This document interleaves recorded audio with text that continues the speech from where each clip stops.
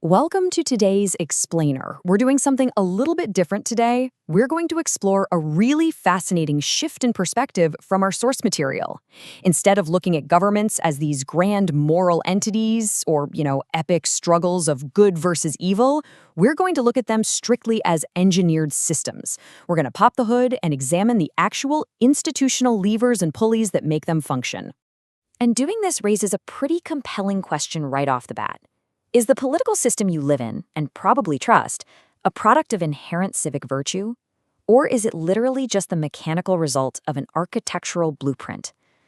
We tend to view our outcomes as proof of our societal morality, but the research asks us to consider a wild thought. What if they're just the predictable output of a specifically coded machine? Okay, let's dive right into this. Here's our roadmap for the day. The democratic illusion, levers of elite control, the bipartisan duopoly, rebuilding a broken state, the 20-year reform roadmap, and finally, designing true representation. Starting off with Section 1, the democratic illusion, dismantling the myth of the machine. To really understand how these systems work, we have to approach this with the detached fascination of an engineer inspecting a load-bearing wall. And we're going to use the United States as our primary case study.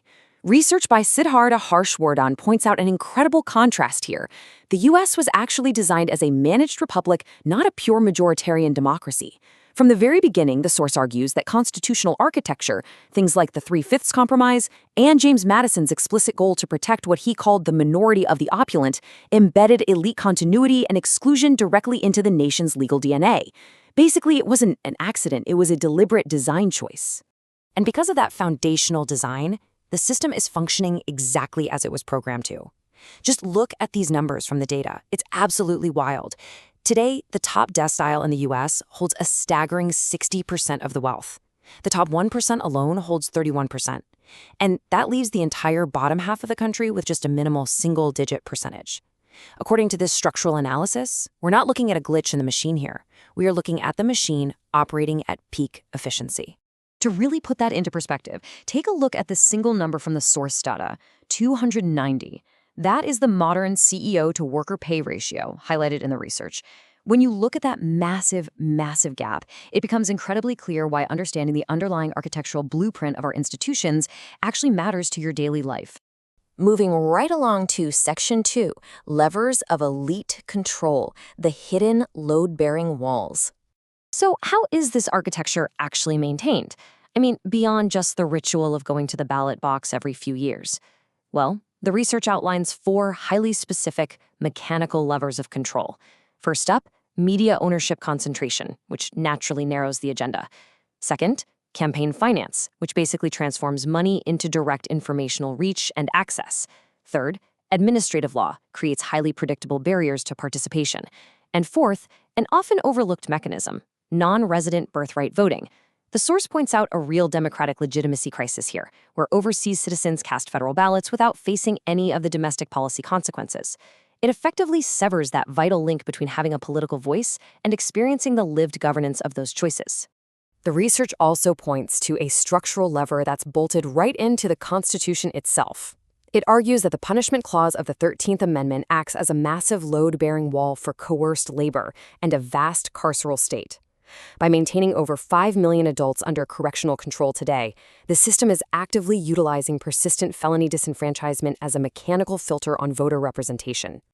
Which brings us to Section 3, the bipartisan duopoly, a shared architecture of power.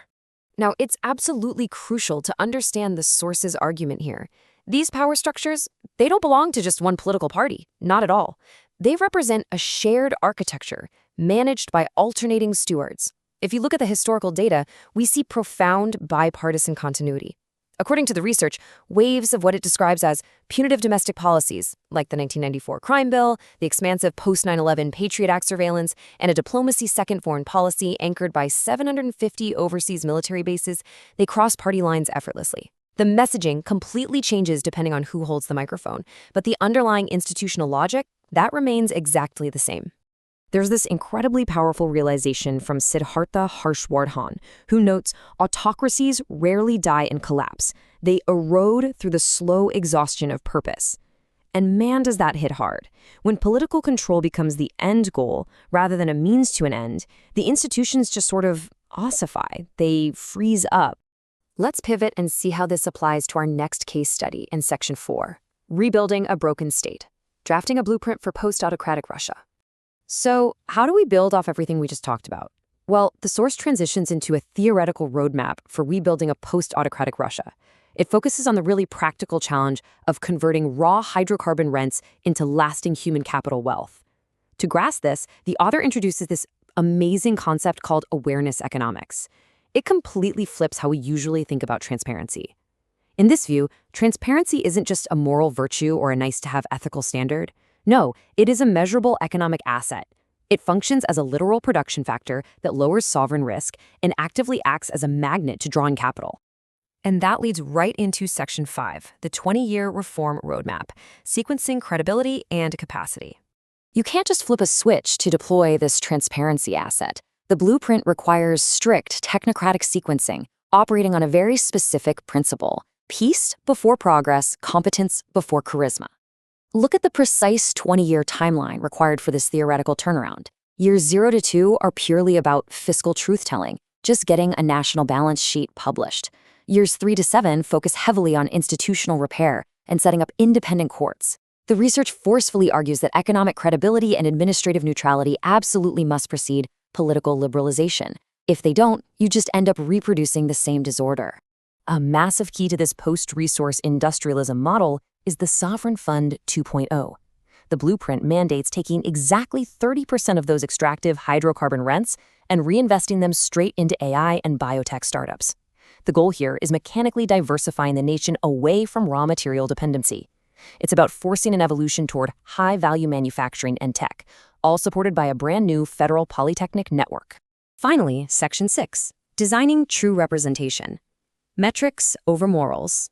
So how does a state ultimately achieve real, lasting civic equity? Well, the research argues it's through hard data and really careful design. Nations rebuild through systems in 3 sequential steps: economic rationalization, administration neutrality, and civic integration. These are the exact steps that transform a citizen from just being a passive beneficiary of state handouts into an active co-producer of governance. And if you want to know the tangible, real-world value of this design, the so what of it all, this statistic from the source is absolutely staggering. A mere 10% improvement in transparency indicators correlates with a 0.4% to 0.6% rise in annual investment inflows. That proves that open data and disclosure act as literal growth capital for a recovering nation. In this model, information literally is wealth. To summarize the core thesis of everything we've unpacked today, competence is the new legitimacy.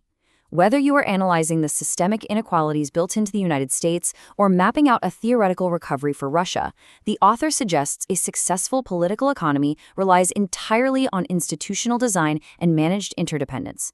True representation requires universal social floor and hard, data-driven accountability. Which brings us to our final thought. As you look around and navigate the society you live in, it raises a pretty profound question. Does your nation rely on the comforting illusion of elections or the hard metrics of institutional competence? Honestly, what are the mechanical, load-bearing walls of your society's governance? Thank you so much for joining me for this explainer. Keep questioning the blueprints around you, and I'll catch you next time.